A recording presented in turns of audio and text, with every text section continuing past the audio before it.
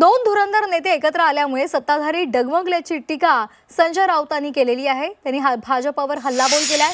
भाजपचा डोलारा मोदींच्या करंगळीवर उभा आहे असंही राऊतांनी म्हटलंय। भाजपला वैचारिक आधारच उरला नसल्याची टीका सुद्धा त्यांनी केली आहे। एमआयएम आणि काँग्रेससोबत युती हे त्याचं उत्तम उदाहरण असल्याचं सुद्धा राऊतांनी म्हटलंय।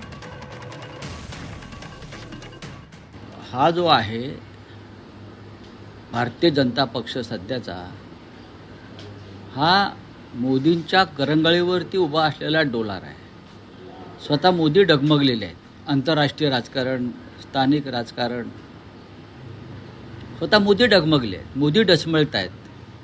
त्याच्यामुळे हा डोलारा हा फक्त एका करंगळीवरती जेमतेम आता पेलला गेलेला आहे। अशा वेळेला राज ठाकरे असं म्हणतात, सन्माननीय राज ठाकरे, की तो कधी कोसळून पडेल आणि ते कोसळण्याची वाट या देशाची जनता पाहते। कधी कोसळून पडेल याला भक्कम असा आधारच नाही आहे भाजपच्या कोणत्याही। तसं नसतं, जर भक्कम आधार असता वैचारिक तर AIM बरोबर युती झाली नसती, काँग्रेसबरोबर युती केली नसती आणि मग फार गदारोळ झाल्यावर त्यांनी कारवाया केल्या, माघार घेतली।